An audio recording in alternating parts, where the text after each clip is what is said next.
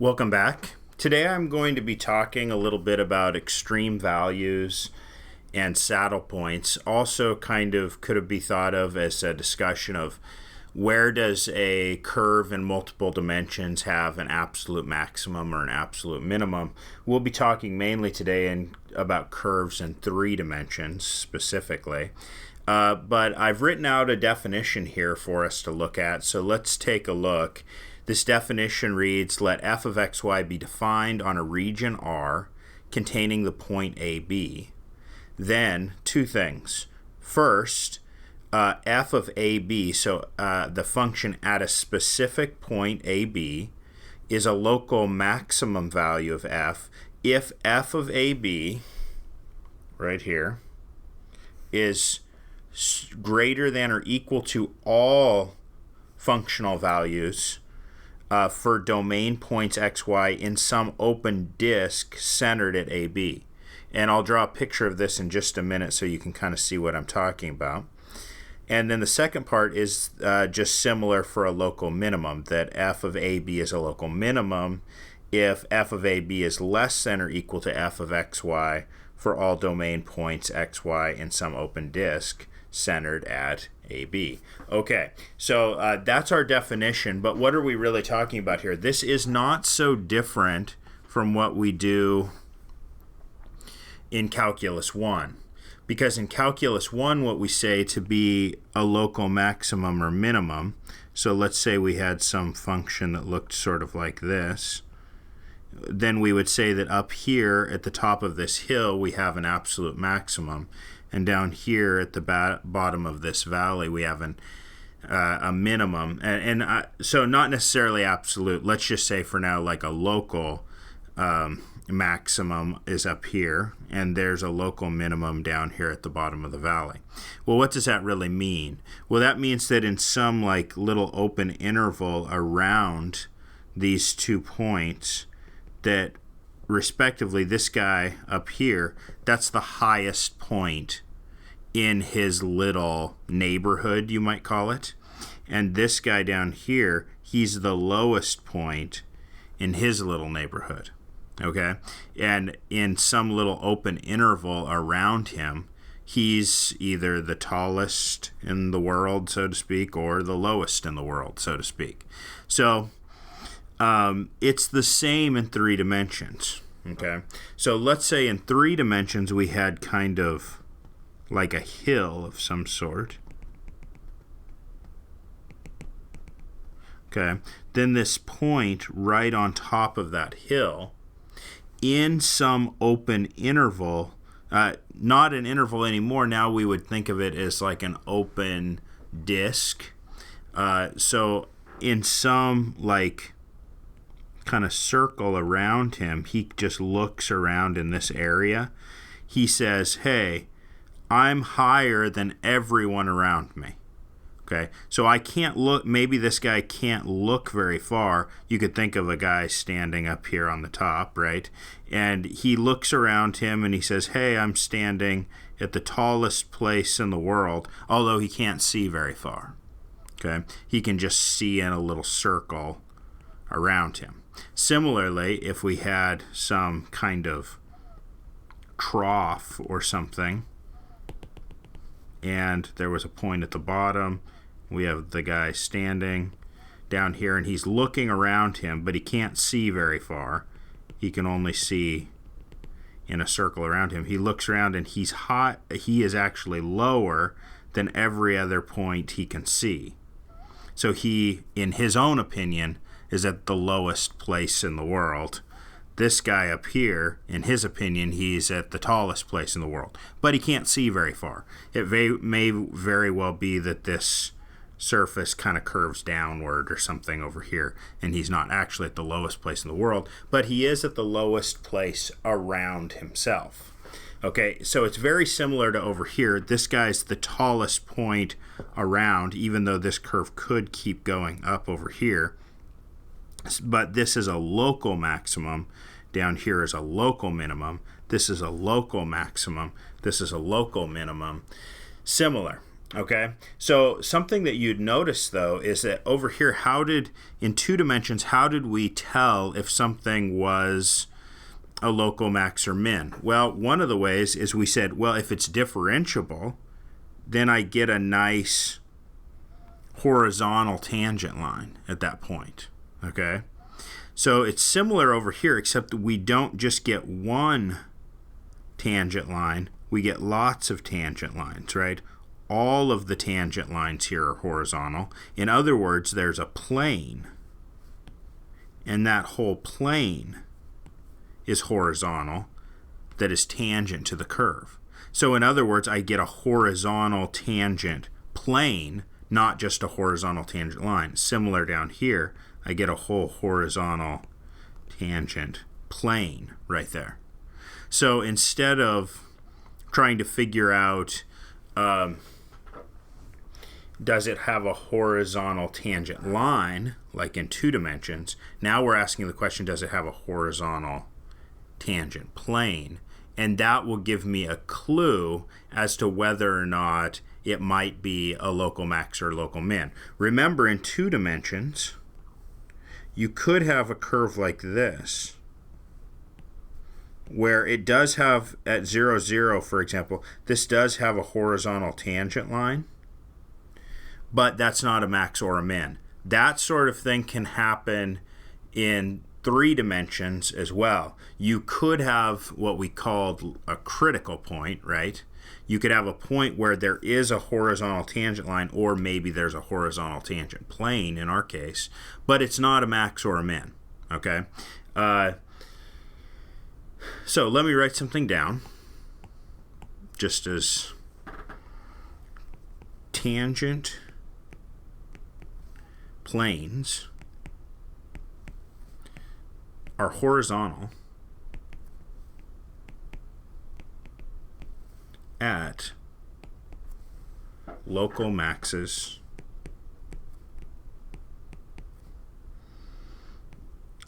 and local minimums. Okay, but that doesn't mean that everywhere where you have a horizontal tangent plane that you have a local max or min. But if you have a local max or min, you definitely have a horizontal tangent plane, provided that you have a derivative. So provided the derivatives exist.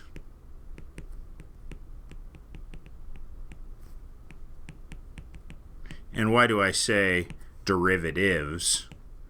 Because I'm really looking not at, it doesn't have a derivative per se, it has partial derivatives. So if its partials exist, then we can kind of talk about whether or not it has a tangent plane. And if it's a local max or min, it will have a horizontal tangent plane, provided the partials exist. Okay, let me write out something else and we will talk about it. All right, let's look at this theorem. This theorem says that if f of xy has a local maximum or minimum value at an interior point a, b of its domain, and if the first partial derivatives exist there, then both of the partial derivatives have to be 0. And really, this should not be a big surprise to us, because we just said that if it's a local max or a local min, then it has to have a horizontal tangent plane. But the only way, like if I draw a quick picture here, the only way that like a hill like this with a local maximum at the top has a horizontal tangent plane is if both the derivative in the x direction and the derivative in the y direction are horizontal. So in other words, the partial of x at that point and the partial of y at that point have to be 0, giving us a nice horizontal tangent plane. Okay? So the way that we tell that something is potentially a local maximum or a local minimum is we can look for places where both of the partials are equal to 0. Okay, let's write down a few definitions.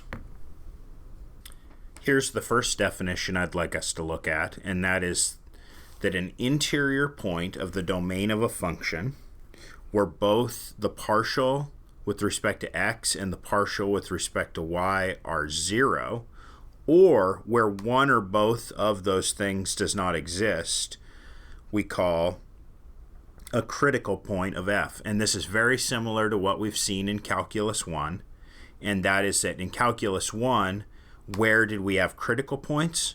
Where the derivative was 0 or where the derivative did not exist. This is very similar. A critical point in this case is where both of the partials are 0 or where one of the partials does not exist. If you have either of those, then we consider that a critical point, and it could potentially be a place where we get a local max or a local min.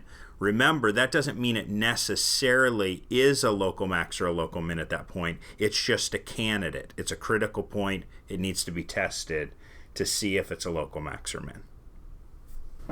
Let's look at another definition. This definition says that a differentiable function f of xy has a saddle point at a critical point AB if in every open disk centered at AB there are domain points xy where f of xy is higher than f of AB and domain points where f of xy is lower than f of AB. And so let's take a quick look at what something like this might look like. So let's say that I'm drawing my XYZ axes here. Okay, so this is my X, this is my Y, this is my Z. And let's say that in the YZ plane, I have a parabola that opens upward. And let's say that in the XY plane, I have a parabola that opens downward. And then the curve kind of looks like this. Here it goes up, here it goes up, up, up. But then in the opposite direction, maybe it's going up over here as well.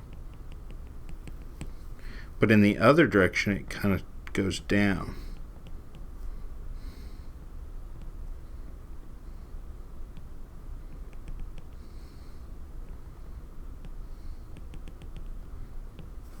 So you can kind of see this point at this point 0, 0.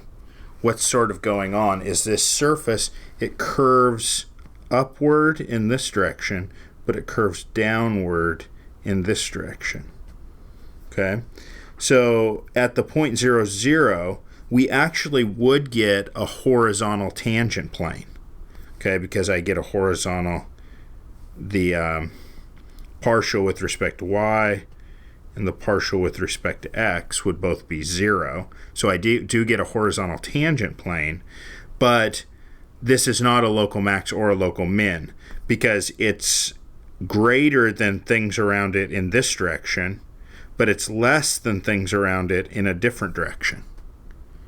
So we call a point like that a saddle point, and it actually kind of looks like a saddle, right? It looks like somebody could, the saddle is kind of right here. So you could, if you were thinking of this as an actual saddle, there's the saddle, right? So it looks like a saddle point. Okay, very good. We need to understand that things like that can exist where you have a horizontal tangent plane, that, but it is not a local maximum and it is not a local minimum. I think we're ready for an example here. So, example. Let's find all local maximum and minimum values of f of xy is equal to x squared plus y squared. Okay, so what I need to do is I need to look at the partials. Okay, so what I want to do is let's look at the partial with respect to x, and what would it be? It would be 2x, right? And I want to look at the partial with respect to y, which would be 2y. And the question is, first of all, do we have any critical points? Are there any places where both of those partials would be 0 or undefined? Undefined, I'd have to have division by 0, which isn't happening here. So in other words, are there any places where both of these partials would be 0? And the answer is yes. It would be if x is equal to 0 and y is equal to 0. So at the point, so we have a critical point at 0, 0. Now, we might be able to think about this right now and say, okay, but what if I moved away from 0, 0? Would this function get bigger? Would it get smaller? What would happen? And the answer is, well, no matter where I move, x squared plus y squared, unless you're sitting at 0, 0 itself, it's going to get bigger. Well, why is that? Well, that's because this is a nice paraboloid. So let me draw my axes real quick here. So this is a nice paraboloid. Looks kind of like this. And at 0, 0, what's happening? We get a local minimum. Okay, and we see that both of the partials at 0, 0 are in fact 0. And so I know that it's a critical point, but how do I make the jump from it's a critical point to it's a local minimum without just kind of playing around with the function itself to see, does it go up around 0, 0? Does it go down? It's not just one direction, so it's not as easy as it was in one dimension. Okay, and let me just reinforce to you that this is kind of a problem. That it's not so obvious whether or not it's a local max or a local min. And so here's another question. Does f of xy equals y squared minus x squared have any extreme values? Oops.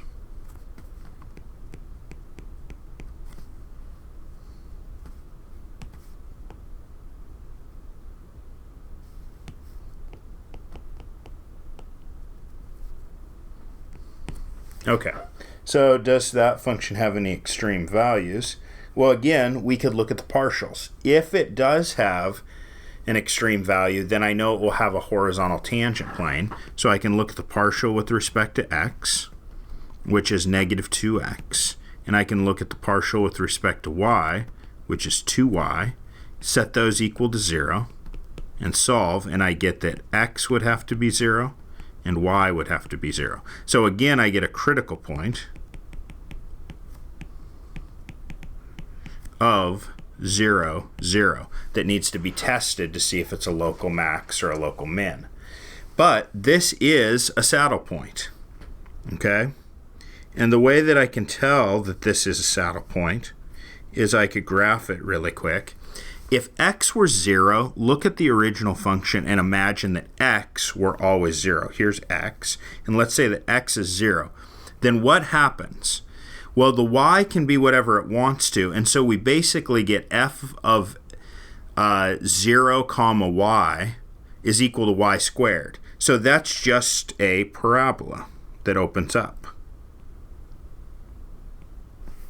And now what if I said, well, let's say that y were 0, so y is fixed, and x can do whatever it wants to. Well, then that's a parabola that opens down. And so now we can see that we get this.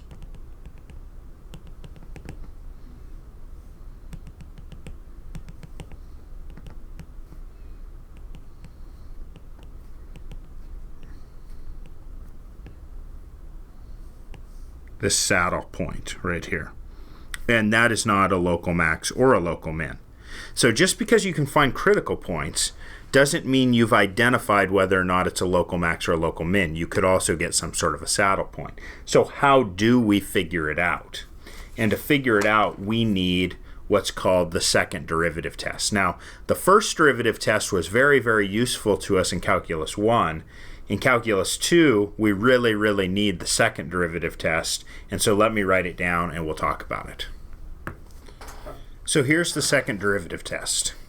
The second derivative test says, suppose that we have a function f of xy, and its first and second partial derivatives are continuous throughout a disk centered at AB, and that the first partial of AB is equal to the first partial of AB at y. So the first partial at x is equal to the first partial of y is equal to 0.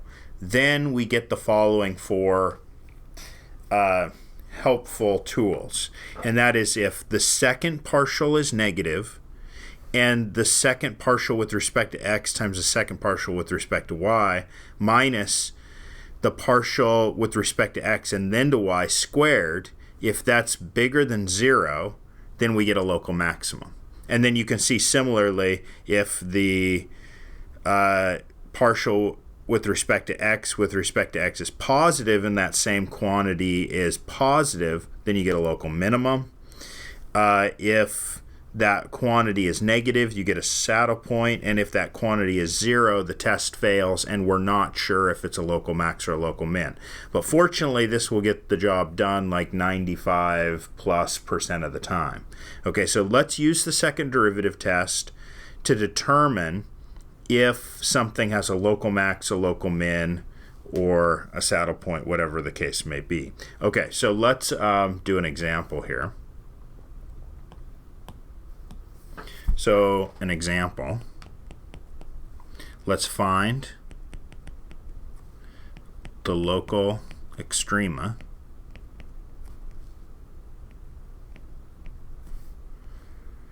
and or saddle points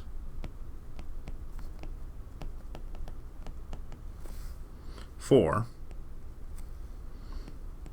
f of xy is equal to x squared plus xy plus y squared plus 3x minus 3y plus 4.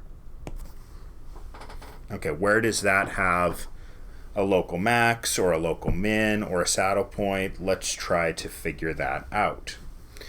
So first of all, I need to find any critical points of this curve. So where are the first partials both equal to 0 at the same time? So first, I guess we need to find those partials. So what's the partial with respect to x?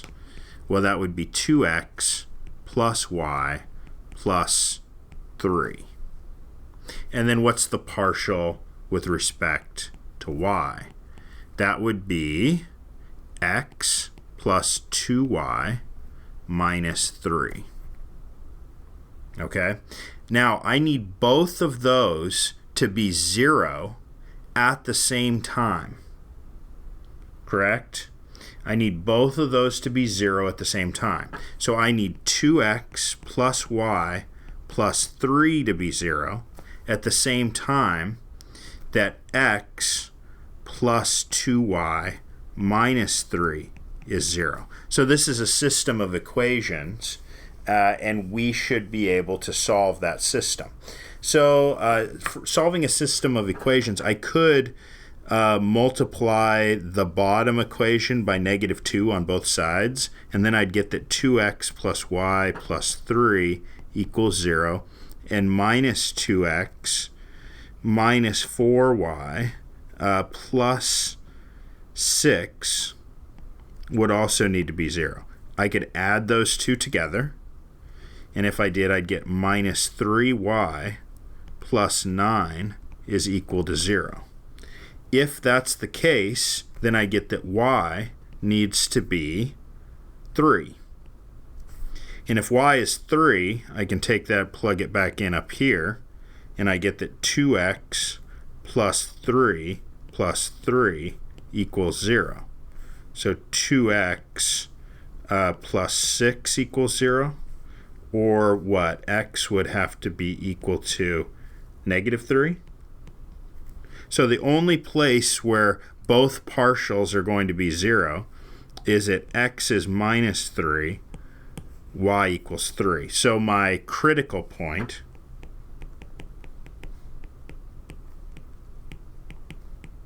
in this case is the point minus 3, 3. And that's it. That's the only one I get in this case.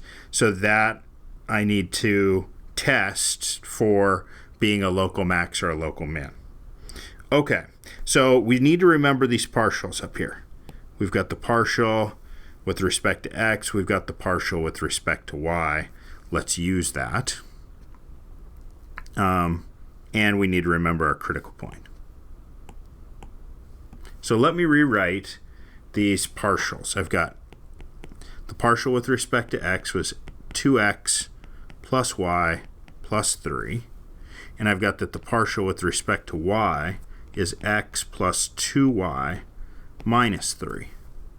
So now what's the partial with respect to x and then with respect to x again?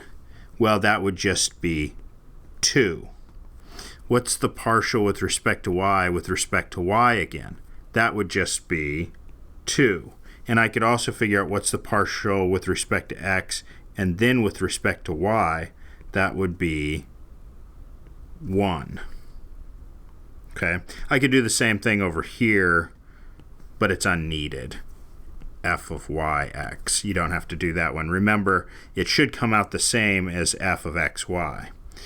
All right, so I've got the things that I need. Now let's plug it into my little formula, which was f sub x times f sub y minus f of x sub y quantity squared to see if that's positive or negative. And we also need to know, is f of x sub x positive or negative? Well, this one's certainly positive. Okay, so f of x sub x is positive, and let's see what we get for this one.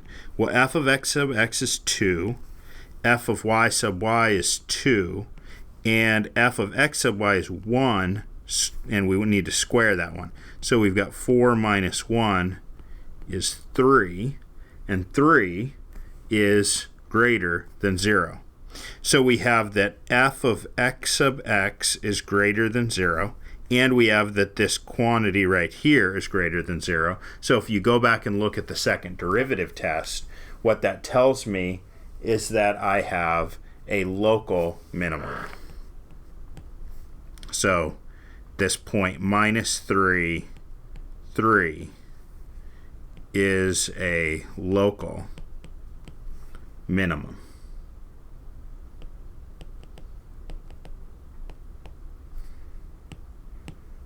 So I just had one critical point, negative 3, 3, plugged everything in, see what came out, and I get that negative 3, 3 must be a local minimum. And that's the second derivative test. Okay, let's try another one.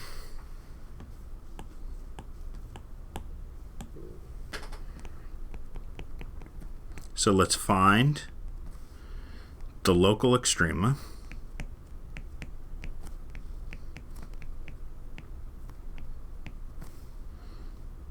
of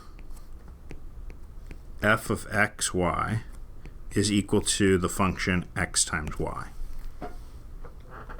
Okay, so we know we need partials.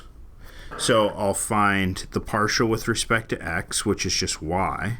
And I'll find the partial with respect to y, which in this case is just x. We need both of those to be 0 at the same time. So if I set those both equal to 0, then I just get that literally x is 0 and y is 0. So my critical point, and the only critical point I get, is 0, 0. Okay, so now let's take those second partials. What's f of x sub x? F sub x sub x is, well, f of x was y, so take another partial with respect to x and I get 0. F sub y for the same reason is 0.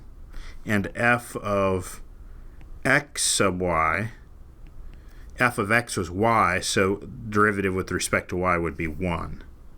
So what do I get here for my, first of all, I get that f sub x is 0. That's not positive or negative. But let's look at f sub x times f sub y minus f of x sub y squared.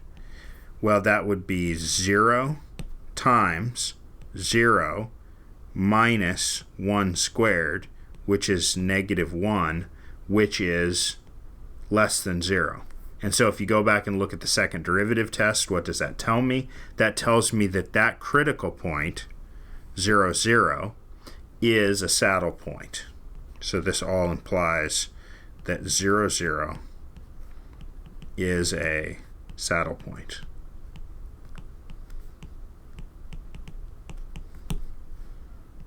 And that's my answer. Okay, so we've done 2 of these problems, and on both of these problems, I haven't restricted the domain in any way. Remember, and I've always been asking for local extrema, but we could ask for absolute extrema, and that changes it a little bit, remember? So if in Calculus 1 we did this, and when we were looking for absolute extrema, well, where could it happen? So let's say I restricted the domain to like from A to B, then where could the absolute extreme values happen? Well, it certainly could happen at a critical point, and it still could. But we also had to throw in the endpoints, that the endpoints themselves could be the absolute maximum or the absolute minimum. So now let's say that, and that was when we were working on a closed interval, right? So let's say we're just working on a closed shape. Okay, so this is the domain of the function, and then the function might be doing something over the top here. Okay, so the function itself is up here, but the region on which this function is happening is down here in the xy plane. And then these are the functional values, right? Okay, so where could the absolute maximum or the absolute minimum happen? Well, it certainly could be at a critical point somewhere in the interior of that domain. So if I have a critical point in the middle here, then that may be where the absolute max or min happen. Also, remember we had like the endpoints, and so we really need to test these points that are where 2 pieces come together of the domain. So these endpoints at the end, they could be where the absolute min or max happen. Because you see, you get kind of a pointy place at the end sometimes.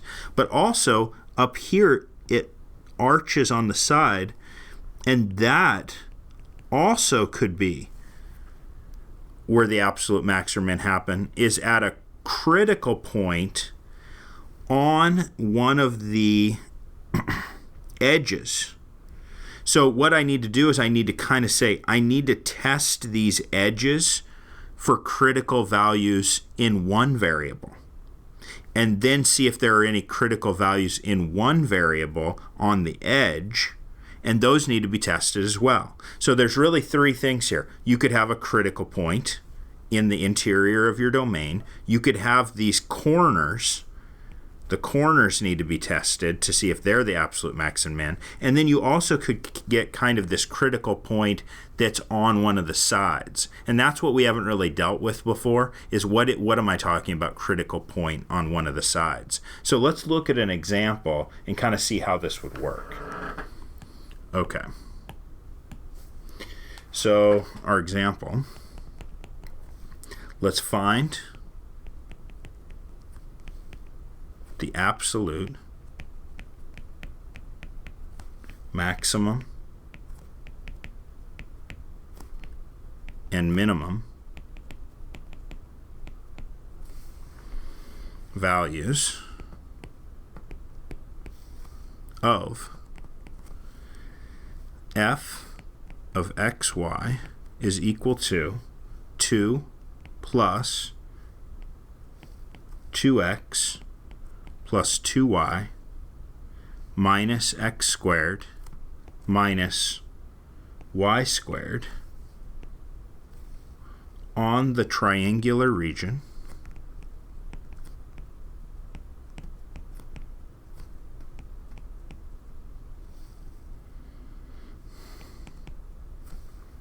in the first quadrant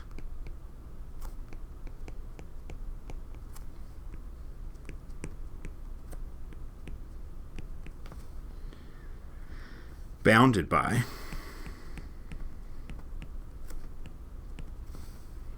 the lines x equals 0, y equals 0, and y is equal to 9 minus x. Okay, so what we have here is we have a function in 3 dimensions, but that function lives over a space in the xy plane. So in the xy plane, let me draw the xy plane. I'm going to draw it, though, this way. Okay, so this is the positive x-axis. This is the positive y-axis. And I say it's bounded by the lines x equals 0, which is the y-axis, the line y equals 0, which is the x-axis, and then y equals 9 minus x. So that means that the intercept up here on y is 9, and then it has a slope of -1.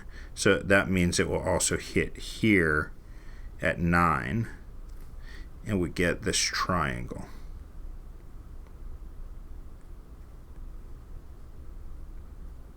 Okay, so the edges of this region are here, here, and here. So that's the triangle. If you wanted to look at it in our normal xy plane, it would look like this. Here's 9, here's 9, and it would be right here. That would be our region.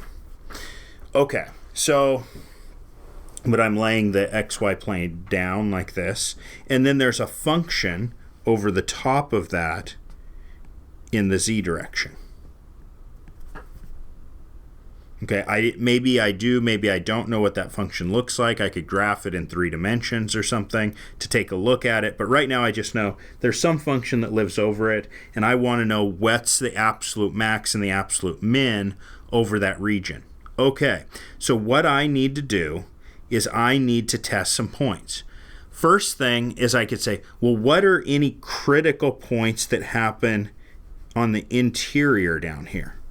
Are there any critical values inside of the shape?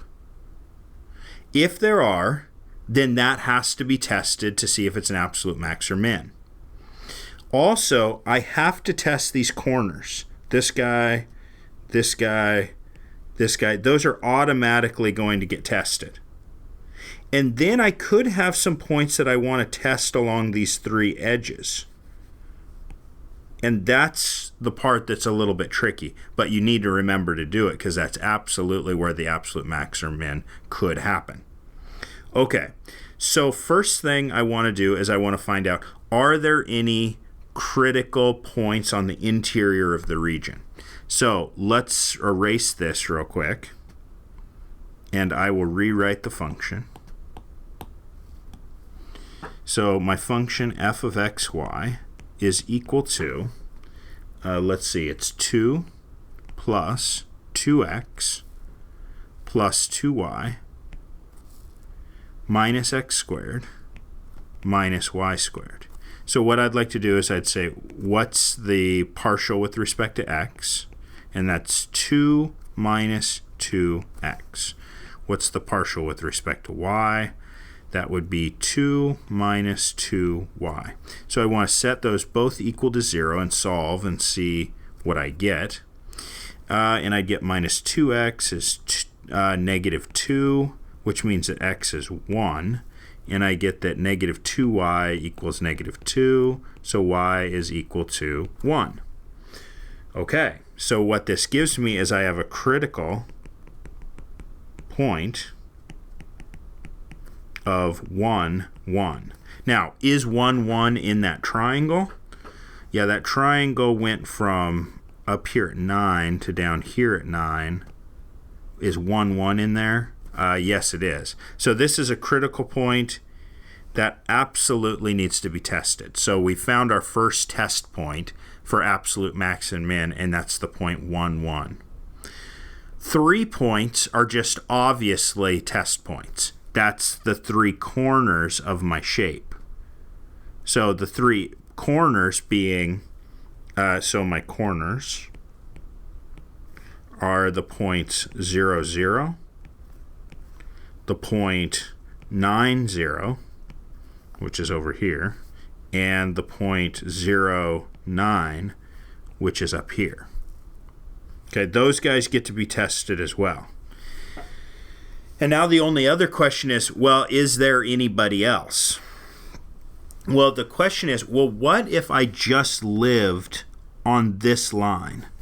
What do I know is true if I lived on that line? Well, that means that y is 0. So let's look at my function if y is 0. If y is 0, then I'd get f of x 0, which would be 2 plus 2x. 2y would go away because y is 0, minus x squared. Okay, so the question is, does this have any critical values as a function? Well, I could take the partial of this with respect to x, and with y being held at 0, and what do I get? I get that 2 minus 2x, and that I want to know, is that ever 0? And it is, because minus 2x would equal minus 2, and x would equal 1. So I get another point along this edge. What is that point? Well, y is 0, x is 1. So I get another point. The point 1, 0 needs to be tested. It is a candidate for absolute max and min. Now let's look at the second side, and that's when x is equal to 0. It's going to be very similar. Let me erase some here. I kind of would like to keep a lot of this stuff, so I'm just going to erase a little bit here. And so now, what if x was 0? So I get f of 0y, which is equal to, if x is 0, I get 2 plus 2y minus y squared. I take the derivative with respect to y of this, and I get 2 minus 2y. I want that to be 0, and I get that y would need to be 1. So I get x is 0, y is 1. So the second point I get here is that x is 0, y is 1. So that needs to be tested. Anything else? Well, I have one more edge that I need to test. This edge right here. This edge is a little bit more tricky because it's not x equals 0 or y equals 0. It's actually what? The original problem tells us that's the line y equals 9 minus x. Okay, so let's take a look at that. I need to erase a little bit here. So we'll have to remember these critical points in a minute, but I'm going to erase for now. So I erase some stuff, and I'm really interested in where y equals 9 minus x. Okay, so I want to look at f of x, y equals 9 minus x. So I'm going to plug in 9 minus x for y. If I do, I get 2 plus 2x plus 2 times y, but y in this case is 9 minus x, minus x squared, minus y, but that's 9 minus x squared. Now let's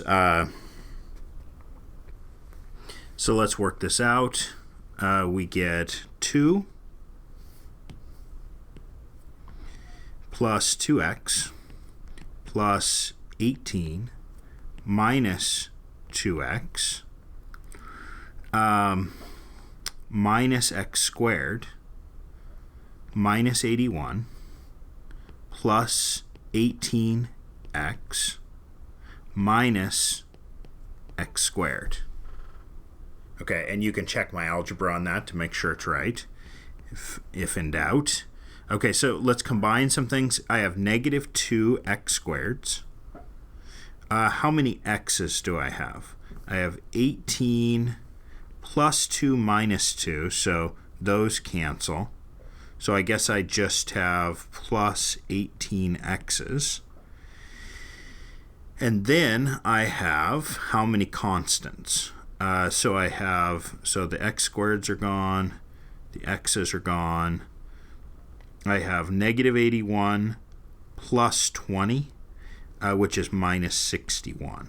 Okay, so that is my f of x, comma, 9 minus x. Now I want to take the derivative of that with respect to x. And I would get negative 4x plus 18. And I'd really like that to be equal to 0.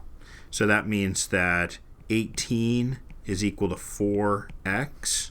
So x is equal to 18 divided by 4, or, if you would prefer, 9 halves. Okay, so the question is, if x is 9 halves, what is my y value? Well, my y value then would be 9 minus x, which is 9 minus half of 9, which is 9 halves. So I found an additional point. That's the point 9 over 2, 9 over 2. And that is the final point that I need to test into this function to see if I have an absolute max or min. So let's write them all down, and then we will start testing. Okay, so I'm going to erase for a second here.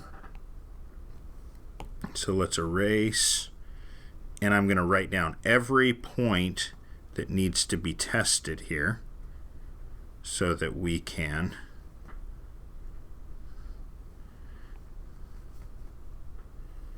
get this right. Okay, let me write down all the points that we found. We found the point 1, 1. We found the corner points, which were 0, 0, 0, 9, 9, 0.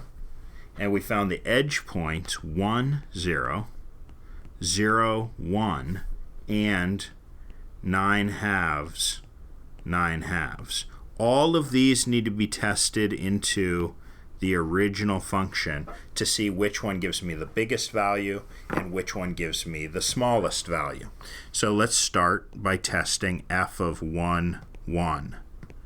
So f of 1, 1 would be 2 plus 2 plus 2 minus 1 minus 1.